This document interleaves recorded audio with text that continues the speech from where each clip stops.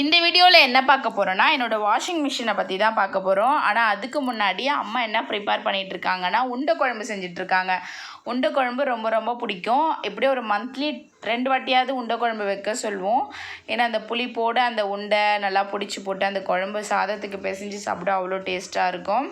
அதனால் உண்டை குழம்பு செய்கிறது வந்து கொஞ்சம் ப்ரிப்பரேஷன் அதிகம் தான். நம்ம காரக்குழம்பு பண்ணுற மாதிரியே வெங்காயத்தக்காளியெல்லாம் வதக்கிட்டு அதை மிளகாத்தூள் போட்டு கொதிக்க வச்சுட்டு அந்த பக்கம் வந்து நம்ம கடலை பருப்பை வந்து ஊற வச்சு அரைச்சி ரெடி பண்ணிக்கணும் உருண்டை பிடிக்க.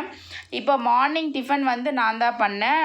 ராகி சேமியா புட்டு, அது பசங்களுக்கு ரொம்ப பிடிக்கும், அதனால் அதை ரெடி பண்ணிட்டேன் நான். இப்போ அம்மா வந்து கடலை பருப்புலாம் வந்து வேக வச்சு அதான் அரைச்சி வச்சுக்கிட்டாங்க. வெங்காயம் கொஞ்சம் சோம்பு சீரகம்லாம் போட்டு அதை நல்லா உருண்டையாக கலரி உருண்டை பிடிச்சி அந்த குழம்புல போட்டாங்கன்னா நல்லா அந்த புளிப்புக்கு அதுக்கும் நல்லா சுண்டி வந்தோடனே நம்ம உண்டை குழம்பு செம்ம டேஸ்ட்டாக இருக்கும்.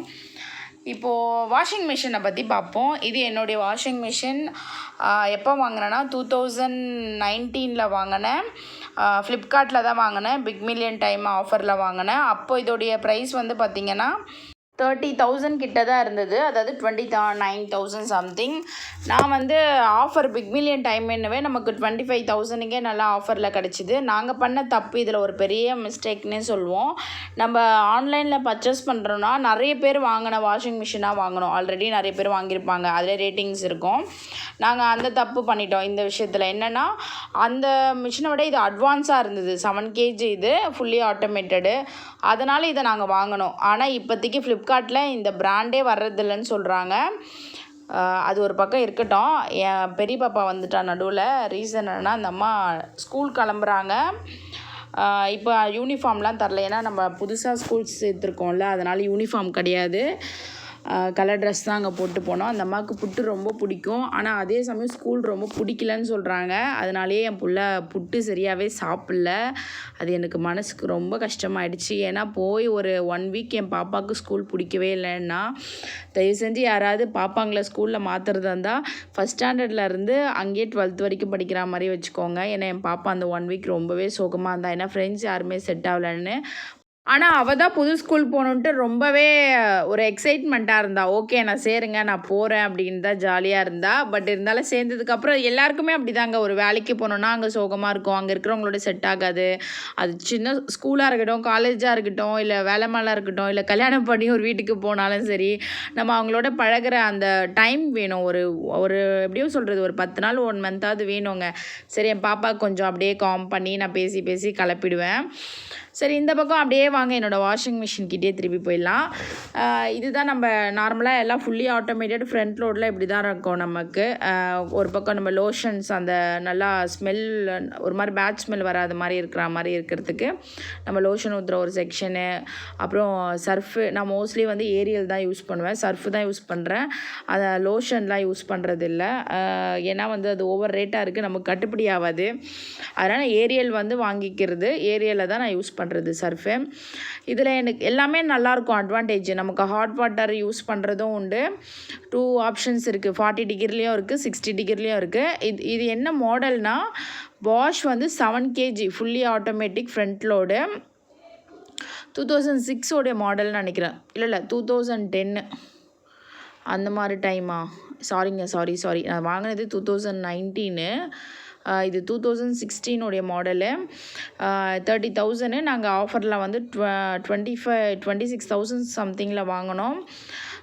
இதில் என்ன நாங்கள் மிஸ்டேக் பண்ணிட்டோன்னு சொல்வேன்னா, இதை தான் சொல்கிறேனே, கம்மி ஒரு 40 பேர் அந்த மாதிரி தான் வாங்கிட்டு இருந்தாங்க. என் வீட்டுக்கார் தான் இதை புக் பண்ணார். ஏன்னா இது கொஞ்சம் அட்வான்ஸாக இருக்குது, லாக் பண்ணுற ஆப்ஷன்லாம் இருக்குது, பசங்க வந்து திருப்பிடாத மாதிரி அந்த லாக் ஆப்ஷன், இந்த மாதிரி சின்ன சின்ன விஷயங்கள் மட்டும் இதில் அட்வான்ஸாக இருக்குன்ட்டு அவர் ரொம்ப இதுதான் வேணும்னு அடம் பிடிச்சார். அப்புறம் ஆர்பிஎம் வந்து இதில் நல்லாவே வந்து அதிகமாக இருந்தது, 1000 RPM தான் இது. சரி, அதனால் நமக்கு அதுவும் ஒரு ப்ளஸ்ஸாக இருந்தது அவருக்கு மற்றதை கம்பேர் பண்ண சொல்ல. இதில் நம்ம அட்வான்டேஜும் இருந்தது, டிஸ்அட்வான்டேஜும் இருந்தது. பட் எங்களுக்கு தெரியாது. இதுதான் நாங்கள் ஃபஸ்ட் டைம் ஃப்ரண்ட் லோடு வாங்குறது. வாங்கினதுக்கப்புறம் பார்த்திங்கன்னா வித்தின் அந்த 1 இயருக்கு அப்புறம், அதாவது வாரண்ட்டி நமக்கு முடிஞ்சிருச்சு.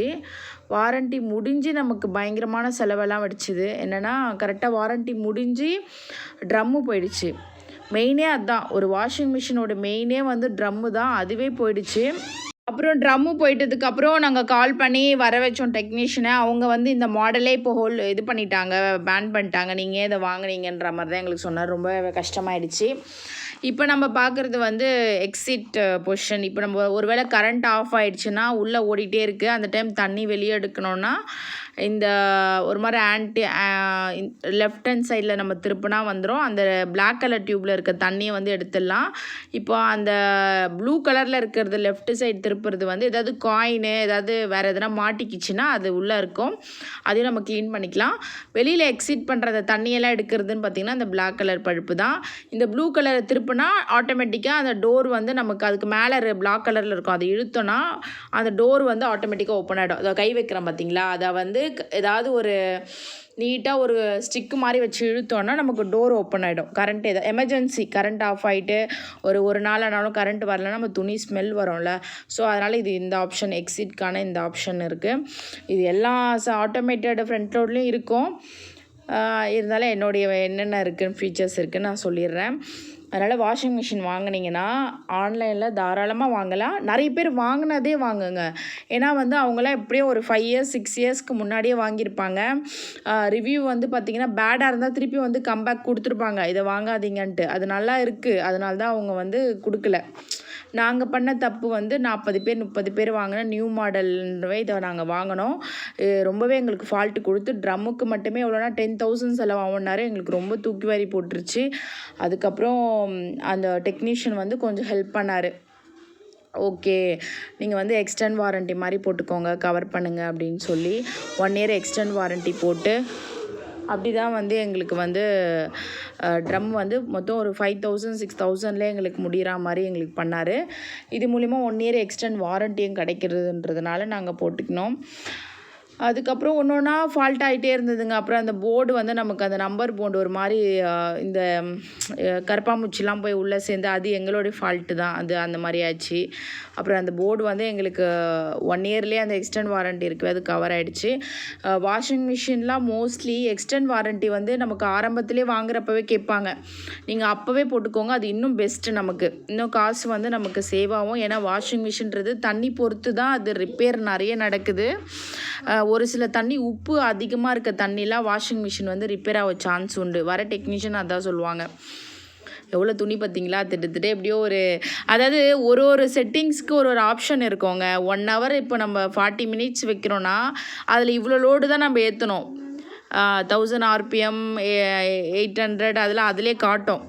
ஸோ 1000 இருக்கிற இடத்துல மட்டும்தான் நம்ம வந்து கொஞ்சம் லோடு அதிகமாக ஏற்றணும். அளவுக்கு மீறி லோடும் ஏற்றுனா மிஷின் போயிடும் தான். ஒரு 2.5 ஸ்பூன் போதுங்க பவுட்ரு, அதுவே நல்லாவே துவைக்கும். ஏன்னா அது நல்லா உங்களுக்கு எப்படியோ ஒரு 1/2 ஹவர் நல்லா துவைக்கும். அதனால் ரொம்பவும் சர்ஃபு போட தேவையில்லை. ஏன்னா அது வந்து நமக்கு துணி அலசுனாலும் நுரை ஒரு மாதிரி வந்துகிட்டே இருக்கும்.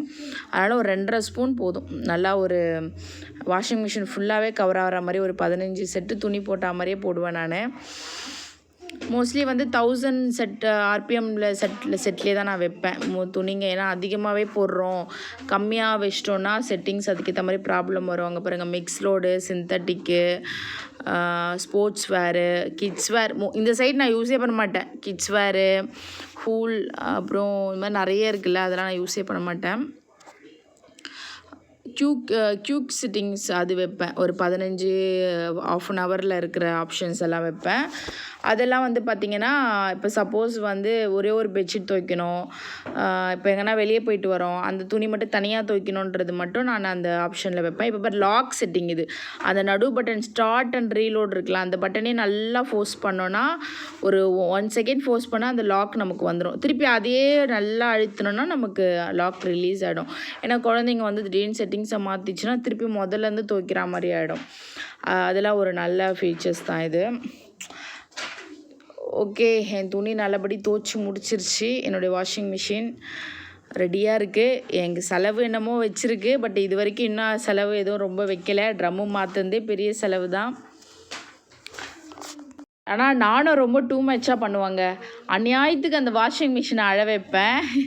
ஏன்னா அவ்வளோ துணி போட்டுடுறேன். ரொம்ப துணியெலாம் போடக்கூடாதுங்க. லோட் ரொம்ப ஏற்றினோன்னா நம்ம வாஷிங் மிஷின் அவ்வளோ சீக்கிரமே ரிப்பேர் ஆகும்னு அர்த்தம்.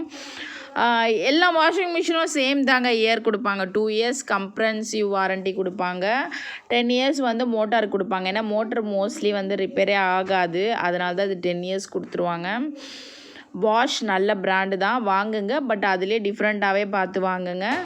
அப்புறம் வாரண்ட்டி, எக்ஸ்டெண்ட் வாரண்ட்டியே போட்டுக்கோங்க. பார்த்தீங்களா, துணி வந்துகிட்டே இருக்குது பாருங்கள் லோடு. இப்போ துணியெல்லாம் எடுத்து முடிச்சாச்சு. இன்னொரு மெயினான விஷயம் என்னென்னா, ட்ரம் க்ளீன் பண்ணணும். வாஷிங் மிஷினில் வந்து எல்லாத்துக்குமே நம்ம ட்ரம் க்ளீன் பண்ணால் மட்டும்தான் வாஷிங் மிஷின் நல்லாயிருக்கும்.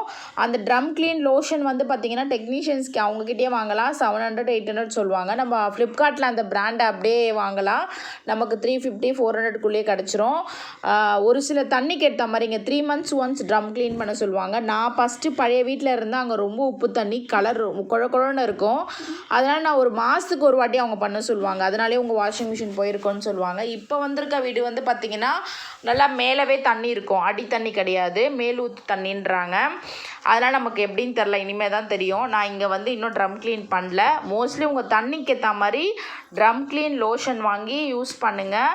அது நீங்கள் அன்றைக்கி ட்ரம் க்ளீன் பண்ணுறீங்கன்னா அன்றைக்கி மிஷின் போடாதீங்க, நாளைக்கு போடுங்க. ஒரு நாள் அப்படியே ரெஸ்ட்டு விட்டுருங்க. அதில் இருக்க டஸ்ட்டெல்லாம் அந்த ட்ரம் க்ளீன் எடுத்துரும். இதே மாதிரி தான் லோஷன் ஊற்றிட்டு அதுக்கான ட்ரம் க்ளீன் செட்டிங்ஸ் இருக்கும், அதில் வைக்கணும். அது கடைசியாக செட்டிங்ஸ் இருக்குது பாருங்கள், அதில் வச்சிட்டா போதும். அதுவே ஃபுல்லாக வாஷ் அவுட் பண்ணி விட்டுரும், க்ளீன் ஆகிடும் நமக்கு. நம்ம வாஷிங் மிஷின் நல்லா உள்ளே இருக்க அழுக்குனால அது மேஜராக எந்த ப்ராப்ளமும் ஆகாமல் நம்ம வாஷிங் மிஷினை ஒரு ப்ரொடெக்ட் பண்ணும். அது நீங்கள் எவ்ரி டைம் எல்லா வாஷிங் மிஷின்லையுமே அது உண்டு, அதை ஃபாலோ பண்ணுங்கள். அது ரொம்பவே நல்லது. நம்ம துணியும் அதை நல்லா துவச்சி கொடுக்கும். அப்பப்போ நம்ம துணிங்களை போடுறோம்ல, ஸோ நம்ம துணியை வந்து நல்லா அழுக்கு எடுத்து கொடுக்கும். இல்லைன்னு வச்சுக்கோங்க, ட்ரம் க்ளீன் பண்ணலைன்னா அந்த ட்ரம் க்ளீன் ஆல்ரெடி அந்த ட்ரம்முக்குள்ளே அடைஞ்சிட்ருக்க அழுக்கெல்லாம் வந்து நம்ம போடுற அந்த துணிக்குள்ளெல்லாம் அப்படியே வர ஆரம்பிச்சிடும். அதனால் அதை ஃபாலோ பண்ணுங்கள். வாஷிங் மிஷின் வாங்குங்க, பெஸ்ட்டாக செலக்ட் பண்ணி வாங்குங்க. இது வந்து 7 kg 1000 RPM பாஷு. இப்போ நிறைய பிராண்டட் இருக்குது, நிறைய டிஃப்ரெண்ட்டாக வருது மாடலு, அதுக்கேற்ற மாதிரி வாங்குங்க. இப்போ வரைக்கும் என்னோடய வாஷிங் மிஷின் நல்லாயிருக்கு. அப்புறம் அதுக்கான ஸ்டாண்டும் வாங்கி போட்டிருக்கேன். அது ஒரு 2800 சம்திங். ஏன்னா ஸ்டாண்ட் போடுறது ரொம்பவே நல்லது, அடியில் அப்படியே வைக்காமல். ஓகே, பாய்.